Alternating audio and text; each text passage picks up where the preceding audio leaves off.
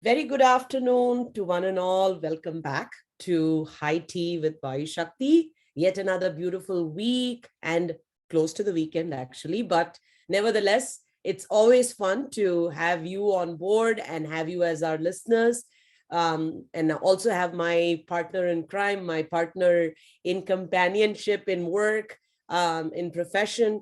Welcome, Saurabh. It's lovely to have you again. And it's nice to see you all dressed up today, looking good. Um, so I actually wanted to kind of fill in a few gaps about some of the people that really asked me. There were viewers who've been looking at some of our posts. So they're like, what are you guys doing? What is VaYU Shakti all about? So I just thought I'd take a few minutes to maybe give them an insight on that. And then if there is anything that I may have missed, please add on to it. So Absolutely. VaYU Shakti, our company, is a little over than a year old, but we have a legacy which is more than 50 years old. We are backed up by very good research and a research institute. And that's really where our foundation lays. We are a yoga-based company that integrates not just yoga on its forefront, but we also take into consideration nutrition and lifestyle coaching. And that's really how this makes us stand out as a body that takes care of integrative wellness. We focus on you before you fall sick. Let me put it that way. So Yes. we catch you early on when we see that there is some kind of manageable ailments, and that we could probably alleviate those ailments early on, or maybe even take it away from you, which includes reducing polypharmacy, includes improving your diet, includes improving your lifestyle, and much more. And most importantly, sustainable factors is what we're looking at. Anything that happens today, and we are in a very fast world, we are in a world of technology. Everything is zip, zip, zip, zip, right? So we want to be making sure that whatever we do for you is something which is individualized and that is sustainable. So my friend Saurabh, I hope we have encapsulated the whole crux of who we are as VaYU Shakti. If there's anything that you need to add, please go ahead and then we'll post questions for today. Well, sure. I mean, so no, you have basically captured everything. The only thing I would add, and again, sometimes these things I just call them omens, or however you want to look at it. But just this very topic I was discussing with a very dear friend, and I would even call him my mentor. And he was mentioning, he just wrote a book which came out from the Oxford Press, right? He was talking about this continuum of knowing, doing, and being. And Mm, what he was really referring to is that most of us know what needs to be done. Most of there's so much of information available in today's world, but from knowing to doing, and then from doing to being, which is mm, you have internalized that knowledge and it has become part of you. That's the journey that is very, very difficult, and that's where you need a coach, you need a mentor, you need probably even a support group, whatever you want to call it, but you need some hand holding. And I think VaYU Shakti is that stick that you can hold on to. VaYU Shakti is also, as you rightly said, evidence based, backed up by scientific research. So yes, there is probably everything is available on YouTube, but for you to actually implement in your life, from knowing to doing to being, that's where VaYU Shakti comes into the picture, I would say. yeah, absolutely. Totally agree with that. And we're also very dynamic in the sense where, besides having our core strength for elder care, we also focus on the younger generation. We focus on adults. We focus on corporates. We focus on women. We focus on men, and all different demographics.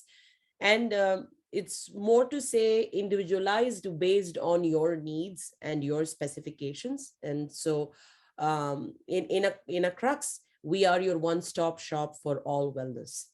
Yeah, so So yoga is universal, but so far we are only focusing on humans. Let's put it that we are way. not able to fix all and everything, right? Yeah, well, that's good enough. I think that's that whole category of who we talking about. Humans are definitely a good chunk um for this birth. So okay, but sort of I really wanted to talk a little bit about this is on a personal note, right? Having the performing arts background, So I had a session this for international. I think we lost Lalitaji for a minute, but she should come back. While we are waiting for her, I would just add one thing. She. Peace Day or World Peace. Am I back there? I think you are back. Yes, the World Yeah, Peace so Day. sorry about that. Yes, no. I apologize for the instability with the internet. So what I was talking about was the International Peace Day. We had all come together as a group of musicians, and they were different musicians, right? There was a percussionist, there was a cello player, there was a drummer, there was another percussionist. So many different people, right? And their big concern, number one, yeah, this is something that just dawned on me, was sitting down on the floor and being able to play your instrument. A lot of people have that concern, especially when Western musicians, maybe they don't have that concern because they're usually sitting in a bench, but there are a lot of Eastern instruments and a lot of other instruments which require you to play sitting down on the ground. So sitting down on the ground in itself has kind of become an obsolete activity if you think about it. So let's first focus on that and see how yoga. So I think, one of the things that I could say is that, if you go to our YouTube channel, you will probably see. Yoga can actually build your muscle. Yeah. Am I back there? Yes, yes. So I was just saying that, if you go to our YouTube channel, and this is more for our viewers, right? I mean, you would probably see examples of, elders who, were walking or were probably still walking because they have that habit and they have that, and it gives you a sense of stability, which is all very welcome, I would say. Walking with a cane, but during our sessions, they will put that cane away and they will literally do squats, right? With no support, right? They will sit down and get up without touching anything. In fact, they have their hands in their namaskara mudra and they will just sit down and stand up with their, so there is no support. How do you achieve that? I think, there is obviously, like you mentioned, there is, you need to slowly take the physical strength to a certain level where that is possible. But there's a lot of it in your head as well. And there's a lot of it in your breath as well. A lot of people who have some exposure to the yogic world would have examples, would have heard about examples of live examples of people who are able to lift a lot of weight. And when I'm talking about a lot of weight, I'm really talking about a lot of weight. I mean, I've seen pictures of somebody, lifting 7,000 pounds, and for those of you who are in New York City, there's a restaurant called Annam Brahman, I guess, right? It's very near to one of our clients' India home. If you go there, you will see the pictures of this guy, lifting that kind of weight. How does someone do that? It's superhuman, right? But that is done through your breath control, right? You mold your breath in a certain way, and there's a very specific technique called Kaya Kalp, which can be done. Those things can be taught, right? So anyway, bringing it back, I think the in the yogic sciences there are step-by-step methods that are using which we can enable you, and it takes probably just 3 to 4 weeks for unless you have any specific very aggravated diseases like knee issues or osteoporosis or something like that. And even there we can help, but it might take a little bit longer. But for a normal person, 3 to 4 weeks probably is all that it takes. So you're saying by doing some yoga exercises that are specifically focused on being able to squat and sit down, if you can do it for about 3 to 4 sessions, you can actually be very comfortable sitting down, especially for people who have the requirement or the need, like the percussionist or the violinist. He was just about a little older than maybe, in his 50s or something, and he was complaining about knee ache, sitting down for a longer period of time. So you are saying that you could actually get rid of that pain or alleviate that pain to a great extent by doing Absolutely. regular yoga exercises. Absolutely, right. And I mean, Okay. 3 to 4 sessions, maybe weekly sessions, and then you are practicing it on your own. You need to give it some time because Sure. you have accumulated those habits over a period of time, so it takes some time. So, but yes, I mean, doing yoga the proper way, I would say, right, the way we talk about it, encompassing all the 8 limbs of yoga, Hmm.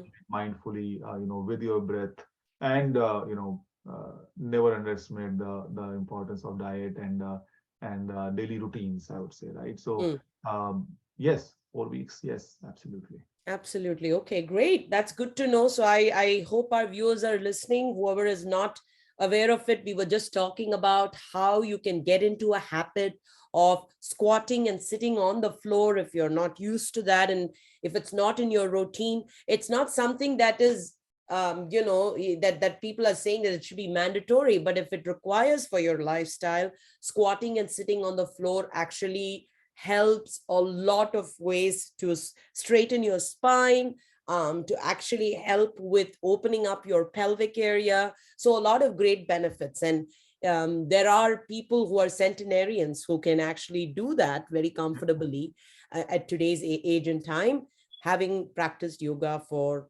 many years. Well, Yeah. that And it's, brings. I would just quickly add that it's not only about whether it is mandatory in your lifestyle or in your profession or not. I think there was a report or there was a show on CNN probably 2 years back where they were showing that if you can sit cross-legged and get up without any support, that's sort of, is a leading indicator of living a longer life, right? And then there was another one where they said if you are sitting on a chair and you can get up on just one leg, again without any support, that's a leading indicator of adding Good another health. 8 to 10 years of your life, right? Yeah, yeah. I mean, these are not just gymnastics or kind of just doing it for the sake of doing it. These show the overall health of the body, not just your legs, not just your knees, not just your hips, but Sure. how healthy you are in general. So Sure, sure. Yeah, I remember that drill of where you get up without putting support on the floor and just getting up. yeah. And I've done that a couple times during my sessions, just for the heck of it, right? And Yes.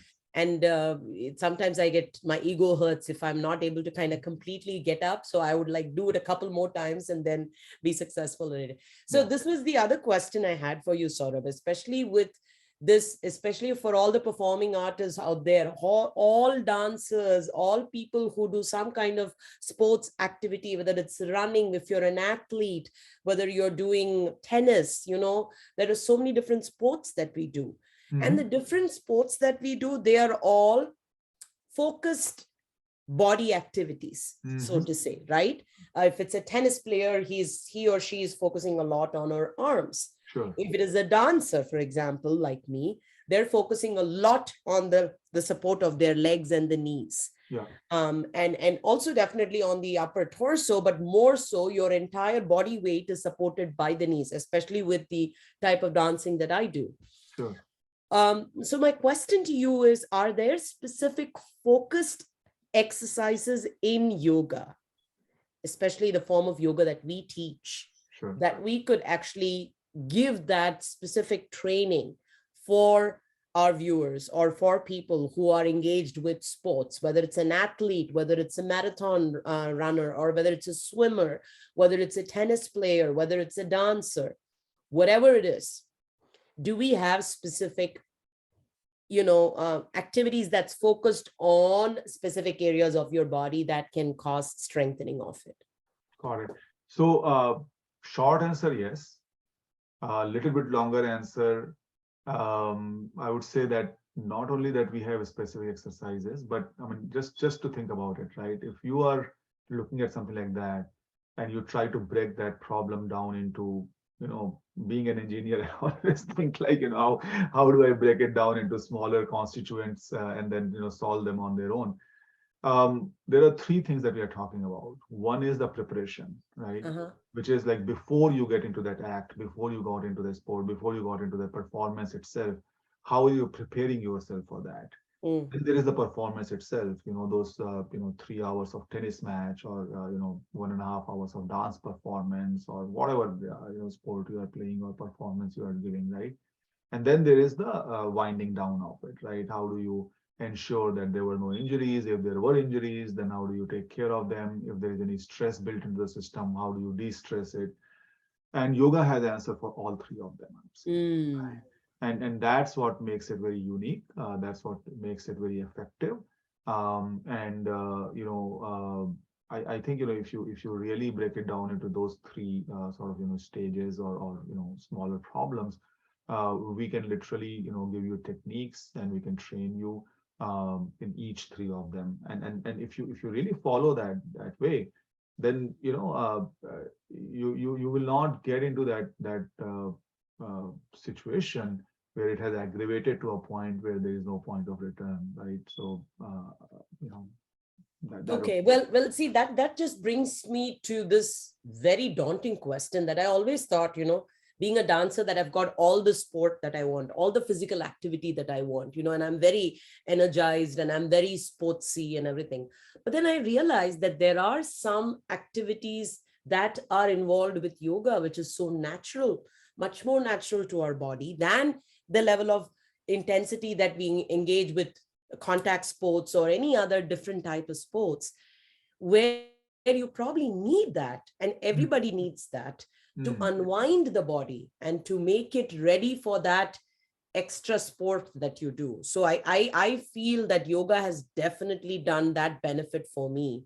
Even though I feel that, yes, I get all my exercise from sports, yoga makes it more sustainable for me to be able to do that for a longer period of time. And get you ready to perform better than what you did last time. Sure. I mean, that's the key point in my mind, right? When you performed at a level X, and then you relaxed in a very systematic manner, and you want to go and redo it, you will probably perform it at 1.1x rather than, performing at 0.9x, which generally happens if you keep stressing your system over and over again. But with the help of yoga, you de-stress quickly, and the next time when you are going to do that, you will do it at a better level. Sure, sure. And for certain, I can tell you, our viewers, the breathing pattern that changes with practicing yoga is significantly helpful in terms of how you engage with any kind of physical activity. And just as what he was talking about, this whole flight fight activity that happens in your body, coming back to that, the flight and fight mode where you come back and de-stress. The de-stressing happens much quicker when you have something like yoga Mm. in regular practice. So Saurabh, that brings us to the last part of our discussion today. I know we love to be chatting and whiling our time here because we love this thing, we're so passionate about it. But to our viewers, we do have fall season. Today is the first day of fall. We have the leaves withering. We're not going to be able to spend a lot of activities outside. A lot of people may start thinking about festivities coming over. October is like Halloween, and then you have Thanksgiving, and then you have Christmas, and then many other festivities from other ethnicities, like you have Navratri coming, you have Diwali coming. You can add on a lot of pounds to your body with the goodies that you eat. So I did want to throw some light on good ways of providing that body that extra nourishment, where we talk a little bit about fasting, but intermittent fasting where it's done right. And this, I am focusing on nutritional intermittent fasting. A lot of my colleagues, a lot of my friends keep using this big buzzword. I'm on IF. I love that, but needless to say, IF is not always done right. And sometimes it goes wrong, and it goes wrong to gain and add on so much more pounds. Sure. So let's just maybe give them a few pointers on what they could do, especially like Navratri time. I know a lot of people do a lot of fasting. When there is Durga Puja or those 9 days, they kind of consider that to be sacred, and they use a lot of these pulses, which is like also the sprouted pulses. Sure. They do that, which is a great source of protein if you're looking to be vegetarian during that time and continue your fasting. And the amino acids are actually much more readily available, almost about 20 to 30% more when you grow these sprouts on these pulses. The digestibility of these could be variable for each person. So yes, don't come and bash us down that we asked you to eat pulses and that you're actually kind of feeling like you're bloating up in the hair, in the air, because you could have a little sensitive GI system if you don't, test it out or try it out earlier. So the simplest, easiest sprout that could probably cause minimal, aggravation in your body is mung, the green mung. That's probably one of the best ones to start off with. And then you have the other ones which have got tougher skin, like your chickpeas or your black-eyed beans or your red beans or your kidney beans, all of these. These are all great for sprouting. It does take a little longer. The thicker the skin, the longer the sprouting. Mm-hmm. The best way to sprout these is put them in water for a few, first day or second day. Then you put it in a muslin cloth, put it in a warm place, and you'll have these little things growing out, and they're good stuff. The moment you see that there is any foul smell or there is bad smell, you want to take it away, wash it up, clean it up, because that's the sense of collection of bacteria. In terms of Ayurvedic basis, is there anything that we could probably tell them before we close for today, Saurabh, with fasting, and how is it done, and what are some of the basics of fasting? Why do we do that in the Ayurvedic studies? Well, so I mean, I would first put out a disclaimer. I'm not an Ayurveda expert, but I've obviously learned through my gurus, and so to that extent, I can try and explain it. But I mean, essentially, when you look at it from an Ayurvedic perspective, first disclaimer is that Ayurveda generally does not recommend complete fasting, which has become a fashion these days. A lot of people say, "Oh, I did just the water only fasting," or nothing, fasting. Ayurveda has a very famous saying, which essentially means that limited amount is the panacea for everything, right? Mm-hmm.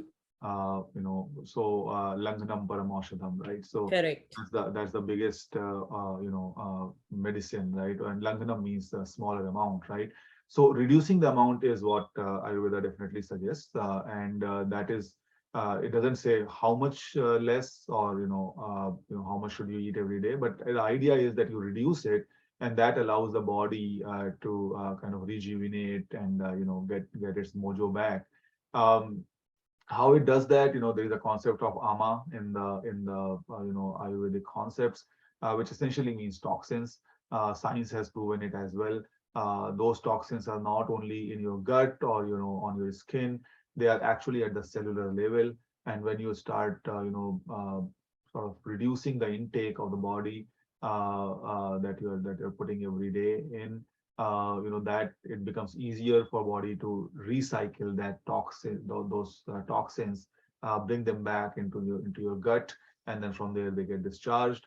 We all know 2016 the Nobel Prize was awarded to this Japanese gentleman for research on apophagy, which is essentially about reducing the protein intake primarily for your body, and then allowing the body to recycle some of the existing protein, right? So that's the basis. But if we need to have a longer discussion, we can definitely do that next week. I'm sure you will bring in a lot of that stuff. But yeah, we can totally get carried away. I mean, yes, you and me, once we start a discussion, we'll be on a roll. But needless to say, our viewers, thank you so much.